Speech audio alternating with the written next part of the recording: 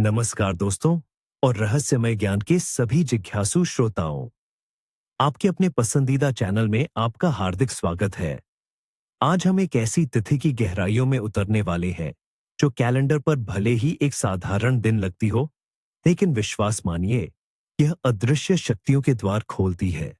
यह वह संध्या है जब प्रकृति और ब्रह्मांड एक विशेष लय में आते हैं, और जो इस लय को समझता है वह अपने भाग्य का स्वामी बन सकता है। लेकिन जो अनजाने में भी इसका उल्लंघन करता है, उसे गंभीर परिणाम भुगतने पड़ सकते हैं। आज की तारीख है 26 अक्टूबर 2025। यह तिथि छठ महापर्व के ठीक एक दिन पहले आती है, जिसे हम छठ पूर्व दिवस भी कह सकते हैं। ये कोई आम दिन नहीं, बल्कि एक पवित्र तैयारी का दिन है, जब घर घर में आने वाले महाव्रत की गूंज सुनाई देती है। यह दिन प्रकृति के साथ हमारे संबंध को मजबूत करने, आंतरिक शुद्धि और आने वाली सूर्योपासना के लिए मन और शरीर को तैयार करने का संकेत देता है।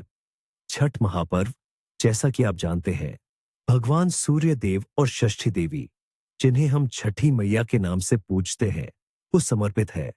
ये पर्व मुख्य रूप से संतान की प्राप्ति, उनके उत्तम स्वास्थ्य, दीर्घायु, सुख समृद्धि और परिवार के कल्याण के लिए मनाया जाता है। आज का दिन छठ की शुरुआत से ठीक पहले एक महत्वपूर्ण सेतु का कार्य करता है। भक्तगण इस दिन से ही अपनी मानसिक और शारीरिक शुद्धि की प्रक्रिया को गति देते हैं।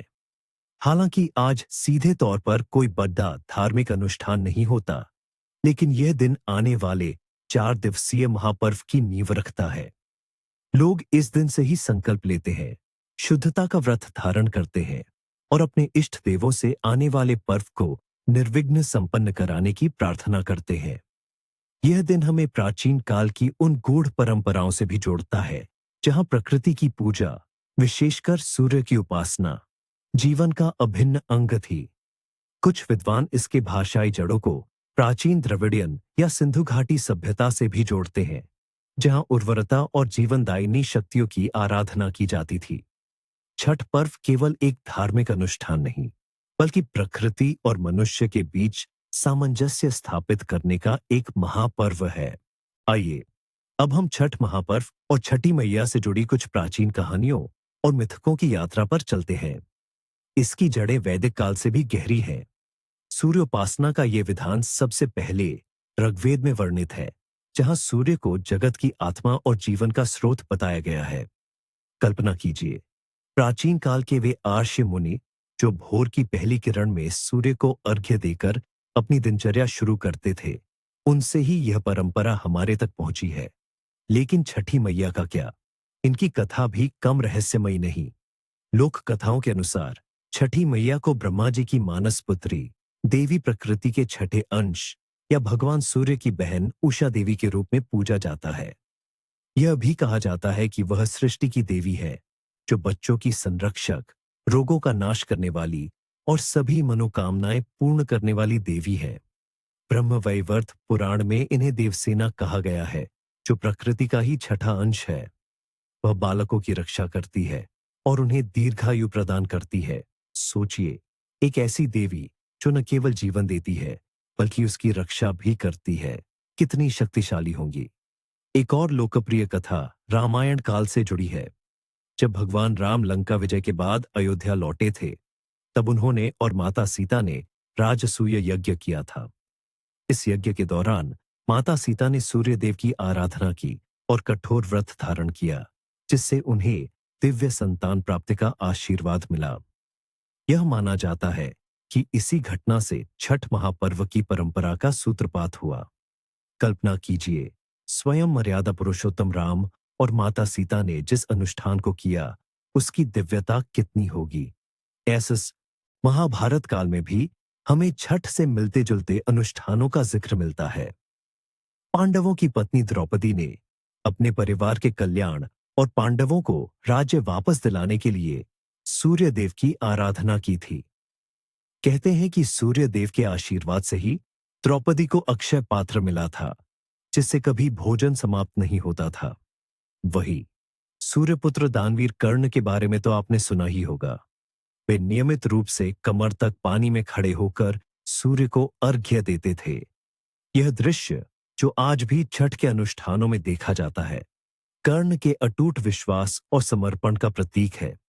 सोचिए, उस महायोद्धा की तपस्या जिसने सूर्य से ही अपनी शक्ति प्राप्त की। आज का दिन इन सभी महान आत्माओं की श्रद्धा और परंपरा की स्मृति को जागृत करता है। हमें उनके समर्पण और त्याग की याद दिलाता है। यह हमें सिखाता है कि प्रकृति, विशेषकर सूर्य, केवल एक ग्रह नहीं, बल्कि जीवन का आधार, ऊर्जा का स्रोत और आध्यात्मिक उत्थान का मार्ग भी है। इस दिन हम उस अदृश्य ऊर्जा से जुड़ने की तैयारी करते हैं, जो छठ महापर्व के दौरान हमारे जीवन को प्रकाशित करती है। अब बात करते हैं भाग्य के संकेतों की। आज का दिन छठ की तैयारी का होने के कारण कई शुभ और अशुभ संकेतों से भरा होता है, जो हमारे भविष्य की ओर इशारा करते हैं। ध्यान से सुनिए, क्योंकि ये संकेत आपके जीवन को सही दिशा दे सकते हैं। लोक शकुन, फोक ओमेन्स। 1, तुलसी का पौधा। यदि आज आपको घर में अनायास ही तुलसी का पौधा अत्यंत हरा भरा और जीवंत दिखे, तो यह आने वाले दिनों में परिवार में सुख, समृद्धि और स्वास्थ्य का संकेत है। यह दर्शाता है कि देवी लक्ष्मी और भगवान विष्णु की कृपा आप पर बनी हुई है। इसके विपरीत यदि वह मुरझाया दिखे, तो सतर्क हो जाए। यह किसी स्वास्थ्य संबंधी परेशानी या वित्तीय कठिनाई का अग्रदूत हो सकता है। 2, गाय का दर्शन। सुबह सुबह यदि आपको घर के द्वार पर या आसपास गाय दिखाई दे, तो इसे बेहद शुभ माने। गाय को भोजन कराएं, विशेषकर हरी घास या रोटी। ये आपके पितरों की आत्मा को शांति प्रदान करता है और धन आगमन का मार्ग खोलता है। गाय को देवी लक्ष्मी का रूप माना जाता है और उनका दर्शन समृद्धि का प्रतीक है। 3, सीता, कार्य में बाधा। आज के दिन यदि आप किसी नए काम की शुरुआत कर रहे हैं और उसमें थोड़ी सी बाधा आए, तो घबराएं नहीं। यह अक्सर बड़ी सफलता का अग्रदूत होती है, मानो प्रकृति आपकी दृढ़ता और धैर्य परख रही हो। यह संकेत है कि आपको अपनी योजना पर और अधिक ध्यान देने की आवश्यकता है। 4, धन का आगमन। अनायास ही धन का मिलना या किसी पुराने आरण का चुकाया जाना आज के दिन बेहद शुभ माना जाता है। यह आने वाले वित्तीय स्थिरता और समृद्धि की ओर इशारा करता है। यह भी हो सकता है कि किसी रुके हुए कार्य में आपको अप्रत्याशित लाभ मिले। 5, चिड़ियों का चहचहाना। यदि आज घर के आंगन में चिड़ियों का झुंड चहचहाता दिखे, तो यह किसी शुभ समाचार के आने का प्रतीक है। खासकर यदि कोई प्रिय मेहमान आने वाला हो या कोई पारिवारिक आयोजन होने वाला हो। ये घर में खुशहाली और सकारात्मक ऊर्जा का संकेत है। 6, काली बिल्ली का रास्ता काटना। आमतौर पर इसे अशुभ माना जाता है, लेकिन आज के दिन यदि काली बिल्ली आपका रास्ता काटे, तो इसे एक चेतावनी के रूप में ले। यह दर्शाता है कि कोई गुप्त शत्रु आप पर नजर रखे हुए है या कोई अप्रत्याशित चुनौती सामने आ सकती है। इसलिए सावधान रहे और अपनी योजनाओं को गुप्त रखे। अनावश्यक जोखिमों से बचे। 7, टूटी वस्तु को सुधारना।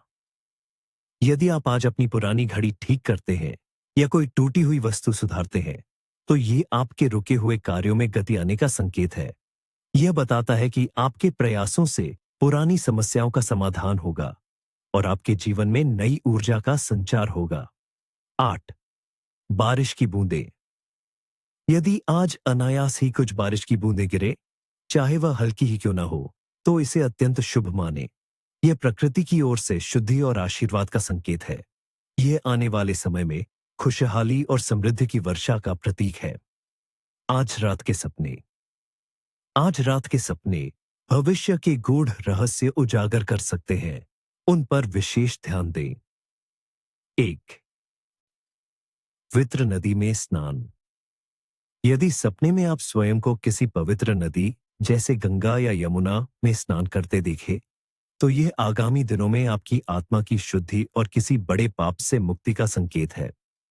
यह भी हो सकता है कि आपकी कोई बड़ी मनोकामना जल्द पूरी होने वाली हो या आपको किसी बीमारी से राहत मिलने वाली हो। 2, फल या अनाज। सपने में फल या अनाज देखना, विशेषकर गेहूं या धान, धन धान्य और समृद्धि का सूचक है। यदि आप इसे स्वयं को बांटते हुए देखें, तो आपकी उदारता आपको और अधिक फल देगी और समाज में आपका सम्मान बढ़ेगा। 3, बुजुर्ग या देवता का आशीर्वाद।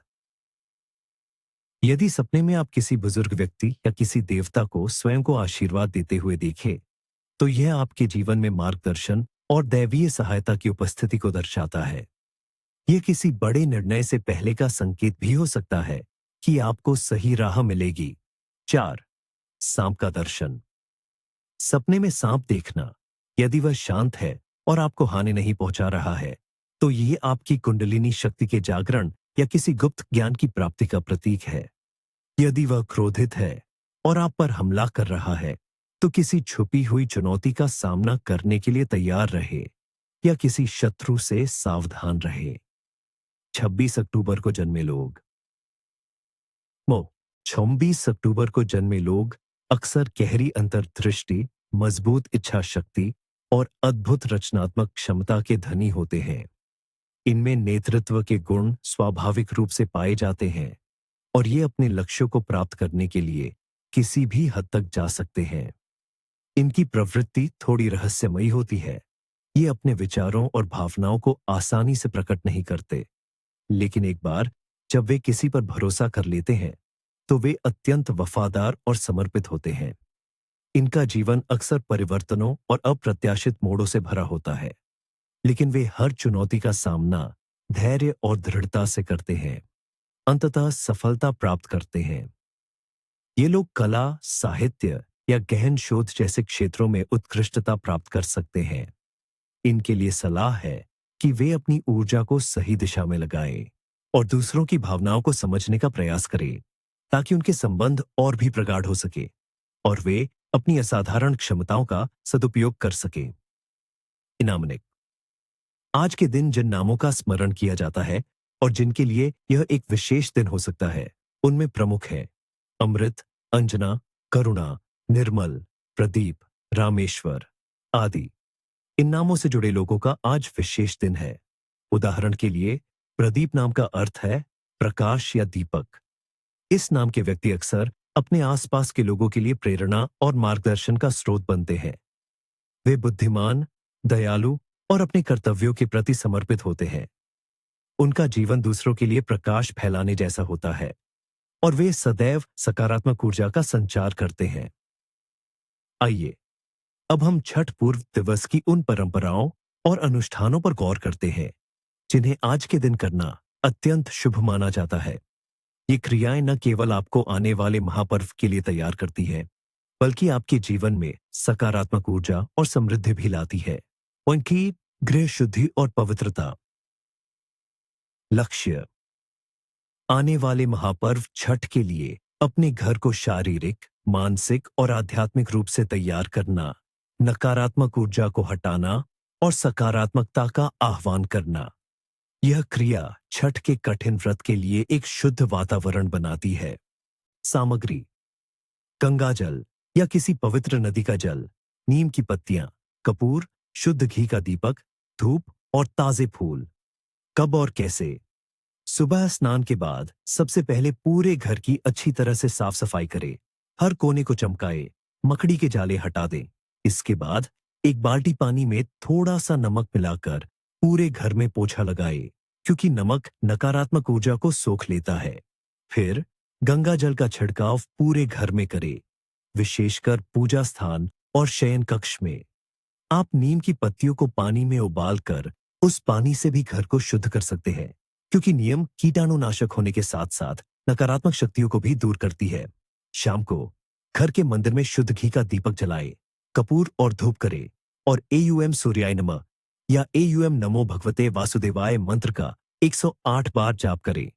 पश्चात शुद्ध और पवित्र वातावरण में बैठकर आने वाले छठ पर्व के संकल्प पर ध्यान करें। कल्पना करें कि आपका घर दैवीय ऊर्जा से भर गया है, जो आपको और आपके परिवार को आशीर्वाद दे रहा है। तो सूर्य नमस्कार और जल अर्घ्य। लक्ष्य: भगवान सूर्यदेव का आह्वान करना, उनसे शारीरिक और मानसिक ऊर्जा प्राप्त करना, आने वाले व्रत के लिए आवश्यक शक्ति और दृढ़ता प्राप्त करना। यह क्रिया सीधे तौर पर छठ के मुख्य अनुष्ठान से जुड़ती है। सामग्री: तांबे का लोटा या कोई भी शुद्ध धातु का पात्र, शुद्ध जल, थोड़ा सा लाल चंदन पाउडर, कुछ चावल के दाने और एक लाल फूल जैसे गुड़हल। कब और कैसे? सुबह सूर्योदय के समय स्नान के बाद स्वच्छ वस्त्र पहनकर घर की छत पर या किसी ऐसे स्थान पर खड़े हों जहां से सूर्यदेव स्पष्ट रूप से दिखाई दें। तांबे के लोटे में शुद्ध जल, लाल चंदन, चावल और लाल फूल डालकर सूर्य की ओर मुख करके धीरे धीरे जल की धारा अर्पित करें। जल अर्घ्य देते समय एयूएम घृण्य सूर्याय नमः या एयूएम आदित्याय नमः मंत्र का 11 या 21 बार पूरी श्रद्धा से जाप करें। सूर्य की पहली किरणों को अपने शरीर पर पड़ने दें।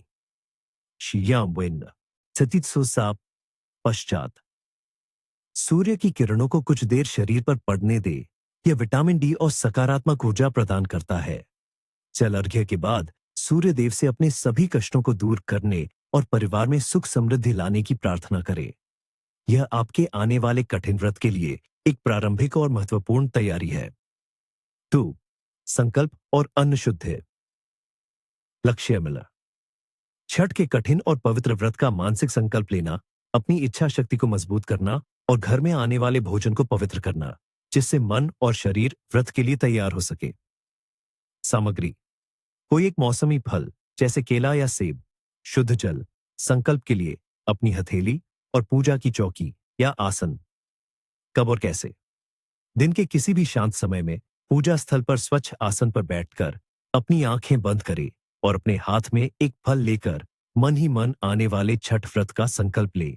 यह प्रतिज्ञा लें कि आप पूरी निष्ठा, शुद्धता और एकाग्रता से व्रत का पालन करेंगे। संकल्प लेते समय भगवान सूर्य और छठी मैया का ध्यान करें। आज से ही तामसिक भोजन जैसे प्याज, लहसुन, मांसाहार, शराब का पूर्णतः त्याग करें और केवल सात्विक भोजन ग्रहण करें। कोशिश करें कि आज के दिन आप किसी भी बाहरी व्यक्ति से भोजन न लें और अपने घर में बना शुद्ध भोजन ही खाएं। पश्चात संकल्प लेने के बाद उस फल को प्रसाद के रूप में ग्रहण करें। यह मानसिक तैयारी छठ के दौरान आने वाली शारीरिक और मानसिक चुनौतियों का सामना करने में मदद करेगी। इससे आपकी इच्छा शक्ति मजबूत होती है और व्रत में आने वाली बाधाएं दूर होती है। और गरीबों और जरूरतमंदों को दान। लक्ष्य: पुण्य कमाना, ईश्वर की कृपा प्राप्त करना और छठ महापर्व के आध्यात्मिक लाभ को बढ़ाना। दान से मन को शांति मिलती है और अहंकार का नाश होता है। सामग्री: अनाज, गेहूं, चावल, कपड़े, फल या नकद अपनी सामर्थ्य अनुसार। कब और कैसे? दिन के किसी भी समय किसी गरीब या जरूरतमंद व्यक्ति, विशेषकर किसी बच्चे या बुजुर्ग को अपनी सामर्थ्य अनुसार दान दें। कोशिश करें कि आप उन्हें उन चीजों का दान करें जिनकी उन्हें वास्तविक आवश्यकता हो। दान करते समय मन में किसी भी प्रकार का अहंकार न लाएं, बल्कि विनम्रता और सेवा भाव रखें। पश्चात दान देने के बाद मन में शांति और संतोष का अनुभव करें।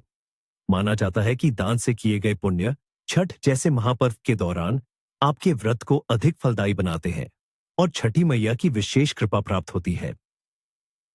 आज की कुलिनारी परंपराएं। छठ पर्व में भोजन की शुद्धता और सात्विकता का विशेष महत्व है। छठ पूर्व दिवस पर लोग मुख्य रूप से सात्विक भोजन ही करते हैं। इसमें प्याज, लहसुन, मांसाहार, शराब और अन्य तामसिक वस्तुएं पूर्णतः वर्जित होती हैं। आमतौर पर इस दिन मूंग दाल की खिचड़ी, चावल, लौकी की सब्जी या कद्दू की सब्जी बनाई जाती है। कई घरों में लौकी की दाल या चना दाल का सेवन किया जाता है, जिसे बिना हल्दी और मसाले के केवल सेंधा नमक के साथ पकाया जाता है। ये शरीर को शुद्ध करने और आने वाले कठिन व्रत के लिए तैयार करने का एक तरीका है, जिसे खरना की तैयारी का प्रारंभिक चरण भी माना जा सकता है। यह भी माना जाता है कि आज के दिन से ही छठ घाट, नदी या तालाब के किनारे का स्थान जहां छठ पूजा की जाती है, की सफाई शुरू हो जाती है और प्रसाद बनाने के लिए गेहूं को अच्छी तरह धोकर धूप में सुखाया जाता है, जिसे बाद में चक्की में पीसकर ठेकुआ आदि प्रसाद बनाया जाता है। अब बात करते हैं छठ पूर्व दिवस के उन मुख्य वर्जित कार्यों की, जिन्हें करने से आपको बचना चाहिए। इन प्रतिबंधों का उल्लंघन गंभीर परिणाम ला सकता है और आपकी आने वाली छठ पूजा के फल को नष्ट कर सकता है। बिन झूठ बोलना और अपशब्द कहना। मिस्टर कारण: छठ जैसे पवित्र महापर्व की तैयारी के दिनों में मन और वाणी की शुद्धि अत्यंत आवश्यक है। झूठ और अपशब्द नकारात्मक ऊर्जा को आकर्षित करते हैं, आपके और ब्रह्मांड के बीच के पवित्र संबंध को दूषित करते हैं और आपके संकल्प को कमजोर करते हैं। माना जाता है कि वाणी में सरस्वती का वास होता है और उसे दूषित करने से देवी रुष्ट होती है। परिणाम, इससे आपके व्रत का फल कम हो जाता है और परिवार में कलह व अशांति बढ़ सकती है। आपके शब्द भविष्य में आपके लिए ही नकारात्मकता उत्पन्न कर सकते हैं। छठ मैया ऐसे भक्तों से रुष्ट हो सकती है जो अपनी वाणी पर नियंत्रण नहीं रखते। 2. मांसाहार और मदिरा का सेवन। मिस्टिक कारण, यह तामसिक भोजन और पेय पदार्थ है जो शरीर और मन को अशुद्ध करते हैं। छठ महापर्व का आधार ही सात्विकता, पवित्रता और तपस्या है। इन वस्तुओं का सेवन आपके शरीर में नकारात्मक कंपन उत्पन्न करता है जो छठ की ऊर्जा से मेल नहीं खाता। यह न केवल आपके शारीरिक बल्कि आध्यात्मिक स्वास्थ्य को भी हानि पहुंचाता है। परिणाम, इनका सेवन करने से आप छठ मैया और सूर्यदेव की कृपा से वंचित हो सकते हैं और आपके घर में नकारात्मकता का वास हो सकता है।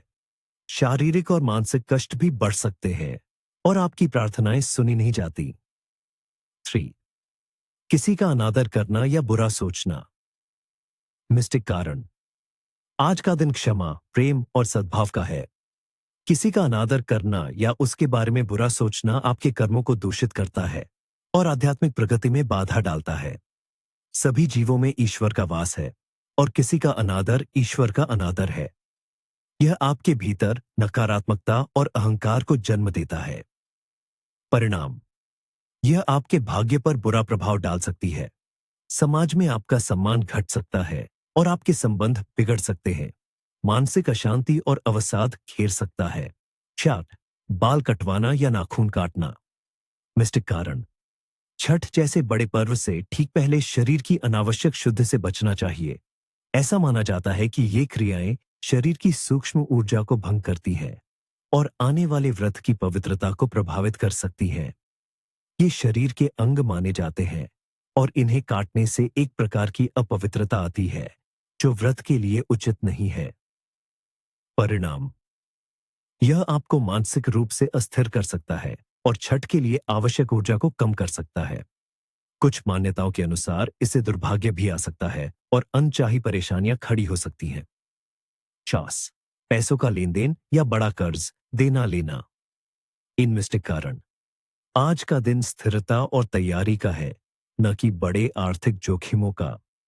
आर्थिक लेन देन में विवाद उत्पन्न हो सकते हैं जो मन को अशांत कर सकते हैं और छठ जैसे पवित्र अनुष्ठान के ध्यान को भंग कर सकते हैं।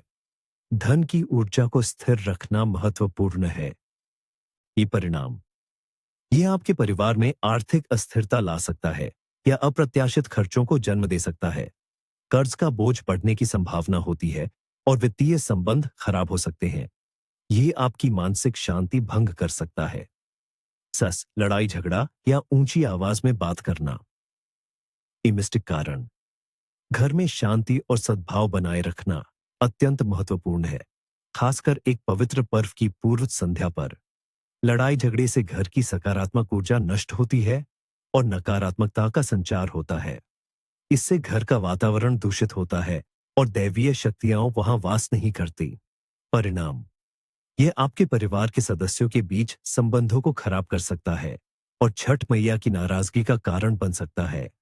घर में अशांति और दरिद्रता आ सकती है और आप मानसिक रूप से परेशान रहेंगे। रात में घर का मुख्य दरवाजा खुला छोड़ना। मिस्टिक कारण, आज की रात अदृश्य शक्तियां अधिक सक्रिय होती हैं। खुला दरवाजा न केवल चोरों को आमंत्रित करता है बल्कि नकारात्मक ऊर्जाओं और अशुभ शक्तियों को भी घर में प्रवेश करने का अवसर देता है। यह घर की सुरक्षा और पवित्रता पर सीधा हमला है। परिणाम, घर में अप्रत्याशित परेशानियां, बीमारियां या धन हानि हो सकती है। यह परिवार की सुरक्षा के लिए खतरा बन सकता है और घर में अशांति का माहौल पैदा हो सकता है। 8. घर में गंदगी या कूड़ा जमा रखना। मिस्टिक कारण, छठ से पहले घर की शुद्धि का विशेष महत्व है। गंदगी नकारात्मकता, आलस्य और दरिद्रता का प्रतीक है जो देवी देवताओं को अप्रसन्न करती है। मां लक्ष्मी का वास स्वच्छ स्थानों पर ही होता है। परिणाम, इससे घर में लक्ष्मी का वास नहीं होता, बीमारियां पनपती हैं और मन अशांत रहता है। ये आपके व्रत की पवित्रता पर भी नकारात्मक प्रभाव डालता है और आपके घर से समृद्धि दूर चली जाती है। 9, पेड़ पौधों को नुकसान पहुंचाना। मिस्टिक कारण, प्रकृति का सम्मान छठ पूजा का अभिन्न अंग है, क्योंकि सूर्य और छठी मैया प्रकृति की शक्तियों के प्रतीक हैं। पेड़ पौधे हमारे जीवन का आधार है और उनका सम्मान करना विशेषकर पवित्र पर्वों के दौरान आवश्यक है। उन्हें नुकसान पहुंचाना प्रकृति का अपमान है। अक्सर परिणाम, इससे पर्यावरण का संतुलन बिगड़ता है और आपको प्रकृति के प्रकोप का सामना करना पड़ सकता है। यह आपके जीवन में बाधाएं और दुर्भाग्य ला सकता है और आपकी इच्छाएं पूरी नहीं होती। 10, पशुओं को सताना। मिस्टिक कारण, सभी जीव ईश्वर की संतान है और उनके प्रति दया भाव रखना हमारा कर्तव्य है। पशुओं को सताना क्रूरता और अधर्म है, जो आपके कर्मों को दूषित करता है। छठ पर्व में सभी जीवों के कल्याण की कामना की जाती है। परिणाम, इससे आपको पाप लगता है और आपके जीवन में कष्ट आते हैं। देवी देवता ऐसे व्यक्ति से प्रसन्न नहीं होते और आपको उनके आशीर्वाद से वंचित रहना पड़ सकता है। तो दोस्तों, आज का दिन हमें यह सिखाता है कि बड़े अनुष्ठानों से पहले की तैयारी कितनी महत्वपूर्ण होती है। ये केवल शारीरिक नहीं, बल्कि मानसिक और आत्मिक शुद्धि का भी एक अवसर है। इन परंपराओं का पालन करें और देखें कैसे अदृश्य शक्तियां आपके जीवन को नई दिशा देती हैं। बने रहिए हमारे साथ। अगले अंक में हम और भी रहस्यमय विषयों पर प्रकाश डालेंगे। तब तक के लिए सुरक्षित रहें, जागरूक रहें और अपनी संस्कृति के साथ जुड़े रहें। नमस्कार।